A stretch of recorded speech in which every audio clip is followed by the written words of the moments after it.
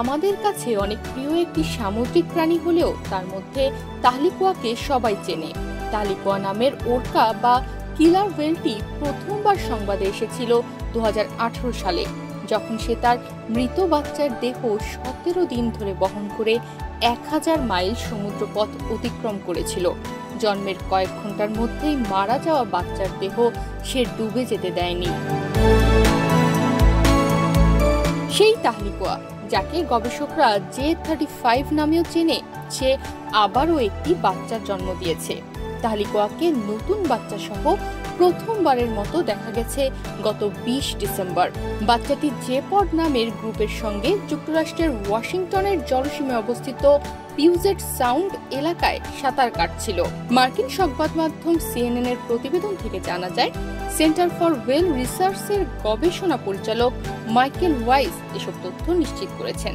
কিলার তিমি নামে পরিচিত হলেও ওরাকারা ডলফিন পরিবারের সবচেয়ে বড় সদস্য।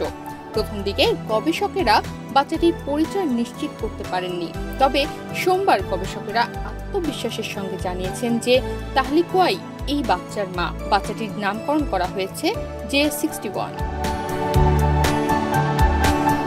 একজন প্রকৃতিপ্রেমী ও আলোকচিত্রী, যিনি নিজের অজান্তে নতুন বাচ্চার ছবি তুলে ফেলেছিলেন, তিনি CNN-কে জানিয়েছেন বাচ্চাটিকে রাখার পর তিনি অবাক হয়ে যান। ফেরির বাম পাশে যাওয়া তিমিদের শনাক্ত করার জন্য ছবি দেখতে গিয়ে হঠাৎ তিনি একটি ছোট ডরসাল ফিন দেখতে পান। পরে ছবি স্ক্রল করে বুঝতে পারেন এটি খুবই ছোট, দলের অন্য যে কোনো তরুণ তিমির তুলনায় অনেক ছোট। আকার ও রং দেখে তিনি বুঝতে পারেন এটি একেবারে নতুন বাচ্চা এবং এটি J35 এর সঙ্গেই ভ্রমণ করছে। সেন্টার ফর ওয়েল রিসার্চ তাদের ফেসবুক পোস্টে জানিয়েছে, তারা ড্রোনের মাধ্যমে বাচ্চাটির নিচের অংশের ছবি তুলেছে এবং নিশ্চিত করেছে যে বাচ্চাটি একটি মেয়ে।